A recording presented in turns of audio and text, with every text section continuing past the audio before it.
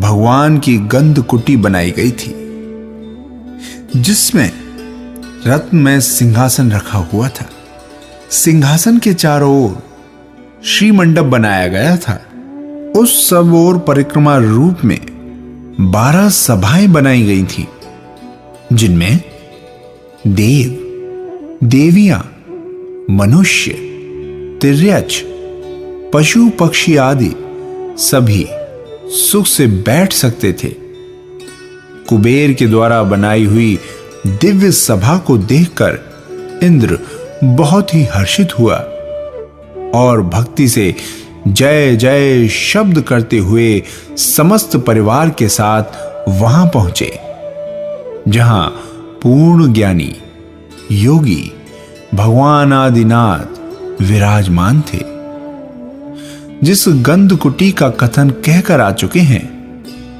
भगवान उसी में स्वर्ण सिंहासन पर 4 अंगुल अंतरिक्ष में विराजमान थे।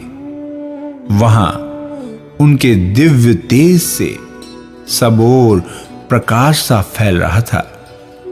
इंद्र ने विनय सहित नमस्कार कर सुमधुर शब्दों में 1000 नामों से उन्हें अलंकृत कर उनकी स्तुति की। महाराज भरत राज सभा में बैठे हुए ही थे कि इतने में पुरोहित ने पहुंचकर उन्हें जगत गुरु वृषभदेव के केवल ज्ञान प्राप्त होने का समाचार सुनाया। उसी समय कंचुकी यानी अंतपुर के पहरेदार ने आकर महाराज को पुत्रोत्पत्ति का समाचार सुनाया। उसी समय शस्त्रपाल ने आकर कहा कि नाथ, शस्त्रशाला में चक्र रत्न प्रकट हुआ है, जो अपने तेज से सूर्य के तेज को पराजित कर रहा है। राजा भरत तीनों के मुख से एक साथ 3 शुभ समाचार सुनकर बहुत प्रसन्न हुए। इन 3 उत्सवों में से पहले किस में योगदान करना चाहिए, ये विचार कर कुछ क्षण के लिए भरत महाराज व्याकुल चित्त हुए थे अवश्य, पर उन्होंने बहुत शीघ्र धर्म कार्य ही प्रथम करना चाहिए ऐसा दृढ़ निश्चय कर लिया और निश्चय के अनुसार समस्त भाई बंधु मंत्री पुरोहित मरुदेवी आदि परिवार के साथ गुरुदेव पितृदेव के कैवल्य महोत्सव में योगदान करने के लिए पुरिमतालपुर पहुंचे। वहां संवत्सरण की अद्भुत शोभा देखकर भरत का चित्त बहुत ही प्रसन्न हुआ। देव द्वारपालों ने उन्हें सभा के भीतर पहुंचा दिया। वहां उन्होंने प्रथम पीठिका पर विराजमान धर्म चक्रों की प्रदक्षिणा दी, फिर द्वितीय पीठिका पर शोभायमान ध्वजाओं की पूजा की। इसके अनंतर गंध कुटी में सुवर्ण सिंहासन पर 4 अंगुल निरालंबन विराजमान महायोगीश्वर भगवान वृषभदेव को देखकर उनका हृदय भक्ति से गदगद हो गया।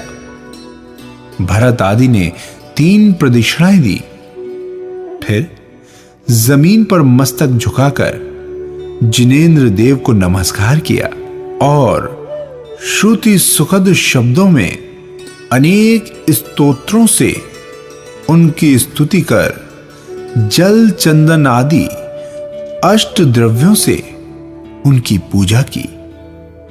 भक्ति प्रदर्शित करने के बाद भरत आदि मनुष्यों के लिए निश्चित कोठरी में बैठ गए। उस समय जिनेंद्र देव के आसन के पास अनेक किसलयों से शोभायमान अशोक वृक्ष था, जो अपनी श्यामल रक्त प्रभा से प्राणी मात्र के शोक समूह को नष्ट कर रहा था। वे ऊंचे सिंहासन पर विराजमान थे। उनके शरीर पर 3 छत्र लगे हुए थे, जो इस बात के प्रतीक थे कि भगवान 3 जगत के स्वामी हैं। उनके पीछे भामंडल लगा हुआ था, जो अपनी कांति से भास्कर यानी सूर्य को भी पराजित कर रहा था। यक्ष कुमार जाति के देव 64 चमर ढोल रहे थे, जो भगवान के फैलते हुए धवल यश को सूचित कर रहे थे। देव लोग स्वर ताल के साथ दुदुम्बी आदि हजारों तरह के बाजे बजा रहे थे और आकाश से मंदार, सुंदर, नमेरु, पारिजात, संतानक आदि कल्प वृक्षों के सुगंधित फूल वर्षा रहे थे। उस समय उनका एक ही मुख चारों ओर से दिखाई देता था। उनके पुण्य प्रताप से चारों ओर 1 योजन तक सुभिक्ष हो गया था। धन धान्य के अभाव में कोई दुखी नहीं था। उनके शरीर की छाया नहीं पड़ती थी। कोई किसी को सताता नहीं था। सभी के हृदय क्षेत्रों में दया सरिता कल कल नाद करती हुई बह रही थी। त्रिभुवनपति वृषभ देव के इस दिव्य प्रभाव को देखकर सभी चकित हो गए थे। उनके मुख चंद्र को देखकर प्राणी मात्र के हृदयों में आनंद का सागर लहरा रहा था। उस सभा में देवलोग इतना सुंदर प्रबंध कर रहे थे कि जिससे किसी को कुछ भी कष्ट मालूम नहीं हो पाता था। जन्म के अंधे, लंगड़े, बहरे आदि मनुष्य उस सभा में पहुंचकर निरोग हो जाते थे।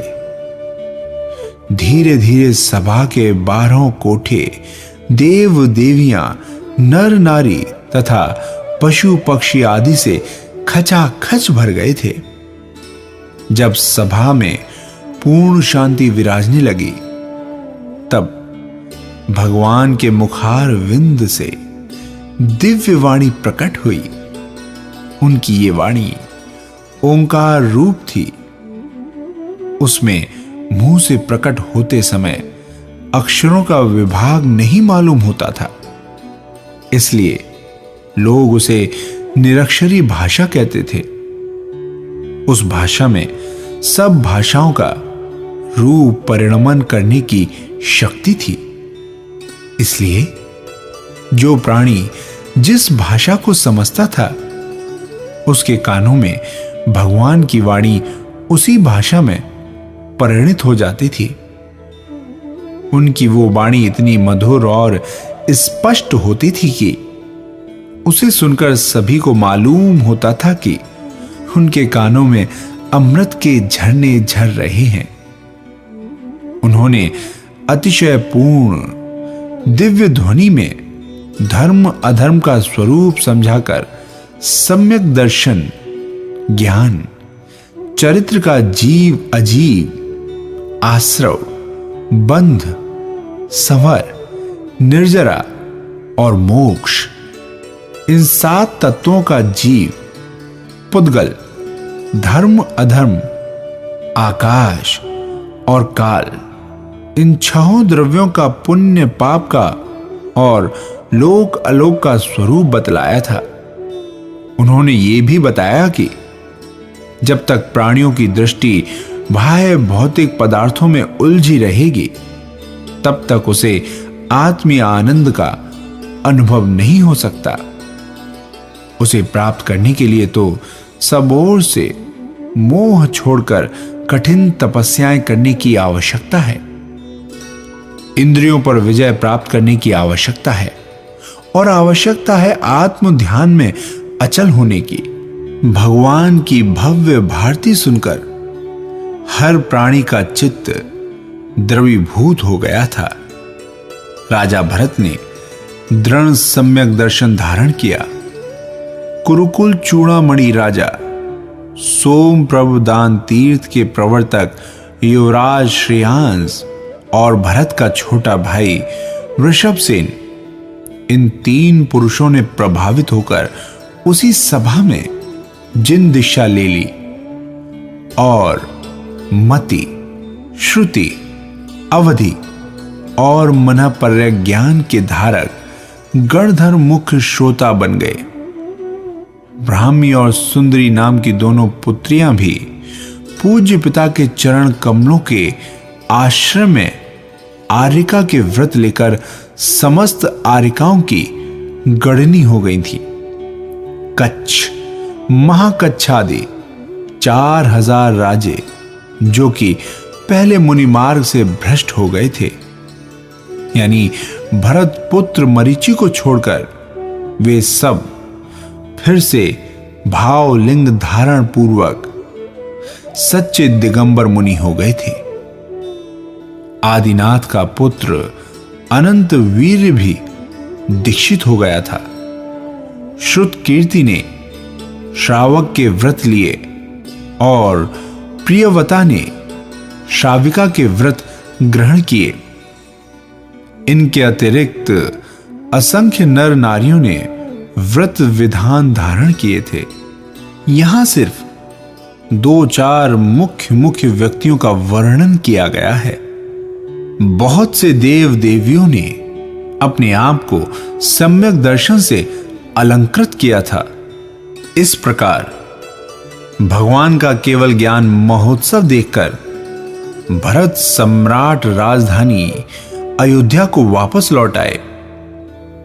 लोगों का आना जाना जारी रहता था, इसलिए संवत्सरण की भूमि देव, मनुष्य और तिर्यंचों से कभी खाली नहीं होने पाती थी। इंद्र ने जिनेंद्र देव से प्रार्थना की, हे देव, संसार के प्राणी अधर्म रूपी संताप से संतप्त हो रहे हैं। उन्हें हे उपाय दे का ज्ञान नहीं है, इसलिए देश विदेशों में विहार कर उन्हें हित का उपदेश देने के लिए यही समय उचित है। किसी एक जगह जनता का उपस्थित होना आवश्यक है। अतएव ये कार्य जगह जगह विहार करने से ही संपन्न हो सकेगा।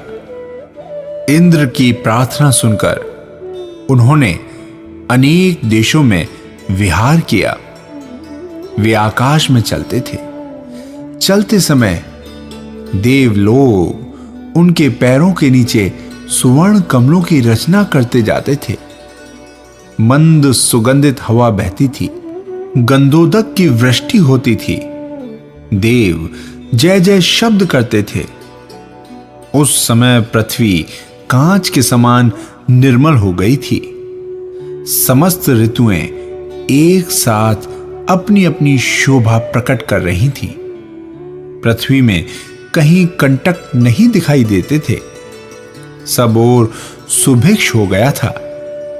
कहीं आर्त ध्वनि सुनाई नहीं पड़ती थी और उनके आगे धर्म चक्र तथा अष्टमंगल द्रव्य चला करते थे। कहने का आशय यह है कि उनके पुण्य परमाणु इतने सुभग और विशाल थे कि वे जहां भी जाते थे, धनपति कुबेर वहीं पर पूर्व की तरह संवत्सरण सभा की रचना कर देते थे, जहां बैठकर भव्य जीव सुखपूर्वक आत्महित का श्रवण करते थे। उनके उपदेश की शैली इतनी मोहक थी कि वे जहां भी उपदेश देते थे, वहीं असंख्य नर नारी प्रतिबुद्ध होकर मुनि, आर्यिका, श्रावक, श्राविका बन जाते थे। उस समय समस्त भारतवर्ष में अखंड रूप से जैन धर्म फैला हुआ था। इस प्रकार देश विदेशों में घूमकर वे कैलाश गिरी पर पहुंचे। वहां आत्म ध्यान में लीन हो गए। अब सम्राट भरत के विषय में कुछ सुनिए। संवत्सरण से लौटकर महाराज भरत ने पहले चक्र रत्न की पूजा की और फिर याचकों को इच्छानुसार दान देते हुए पुत्रोत्पत्ति का उत्सव किया। अभिनव राजा भरत के पुत्र उत्पन्न हुआ है, यह समाचार हर किसी को हर्षित बना देता था। उस उत्सव में अयोध्यापुरी इतनी सजाई गई थी कि उसके सामने पुरंदरपुरी अमरावती भी लज्जा से हतप्रभ हो जाती थी। प्रत्येक भवन की शिखरों पर तरह तरह की पताकाएं फहराई गई थी। राजमार्ग सुगंधित जल से सींचे गए थे। बड़े बड़े बाजों के शब्द से आकाश गूंज गया था। सभी ओर मनोहर संगीत और नृत्य ध्वनि सुनाई पड़ रही थी।